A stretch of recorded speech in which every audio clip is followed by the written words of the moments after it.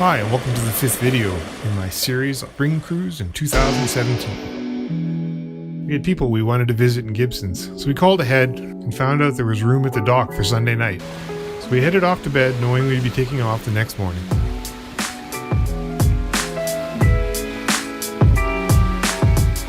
We left Smuggler Cove and headed south for Gibsons. There was a lot more traffic going north, and we spent the day looking at all the American boats that were heading up to Desolation Sound that we had just left.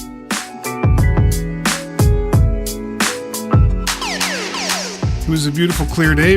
We rounded the corner into Howe Sound and headed straight for Gibsons, home of the famous Beachcomber show.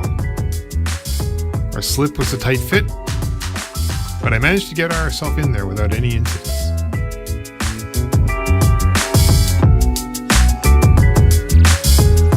We spent a couple of days visiting some family and then decided just to head across the sound a little bit to Plumper Cove. Plumper Cove has a small dock and mooring buoys, but we decided to anchor just outside of the park area.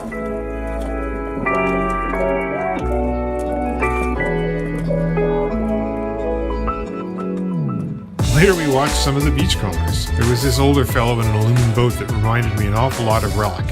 It's kind of interesting because those houses you see in the background, well, that's Gibsons. That's where Beachcombers was originally filmed.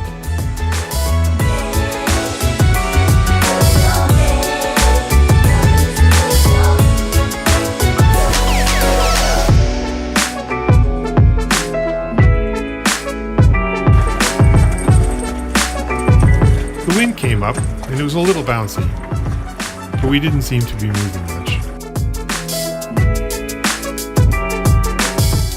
The fellow behind us eventually pulled up, and when he went by we asked him if he had been dragging. He said no, but he'd been by himself and he needed to make sure that he could get a good night's sleep just in case. He didn't go far, just over to one of the mooring buoys. The next morning we got up and rode in, decided to take a hike around the shore. The wind was still up, but it was beautiful. I got some great blurry footage of us hiking through the forest. We did a big loop, probably about 4 or 5 kilometers. Didn't get lost though.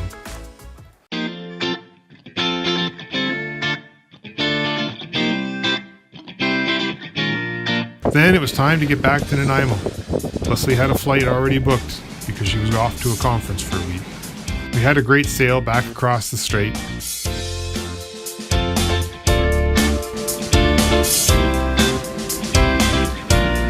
We ran the motor for a little while so that I could have a shower.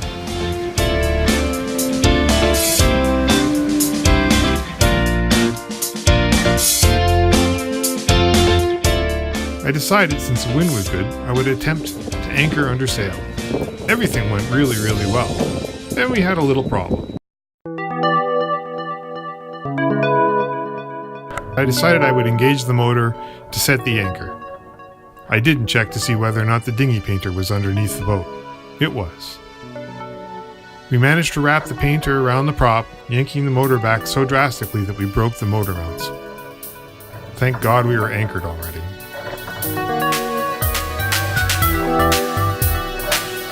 The next morning, Ian and the boys from Stones came out in their chase boat, hooked up to us, we pulled the anchor up, and they towed us in.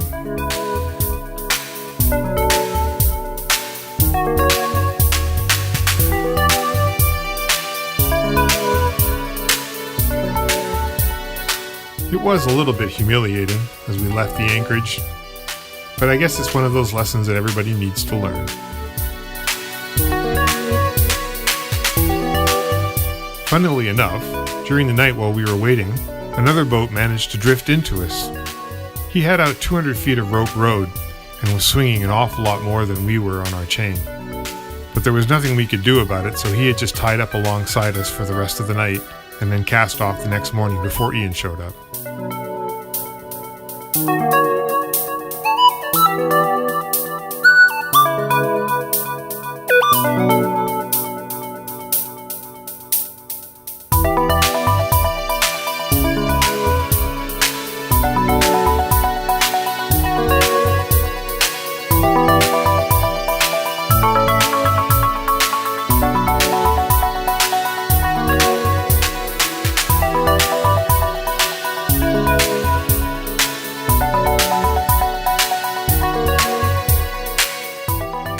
pretty exciting coming into the dock with no power.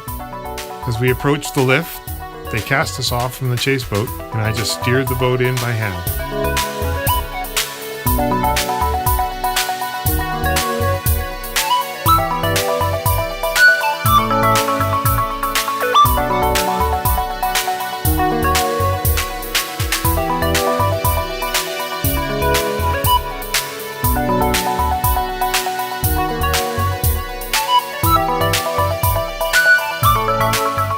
As soon as the lift was clear, we walked her around, and Never Forever was out of the water.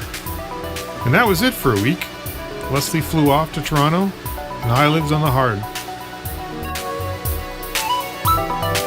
Well, that was about it for our Desolation Sound spring cruise. We still had 3 more weeks in the boat, and as soon as Leslie got back and we got the boat back on the water, we were heading south to the Gulf Islands.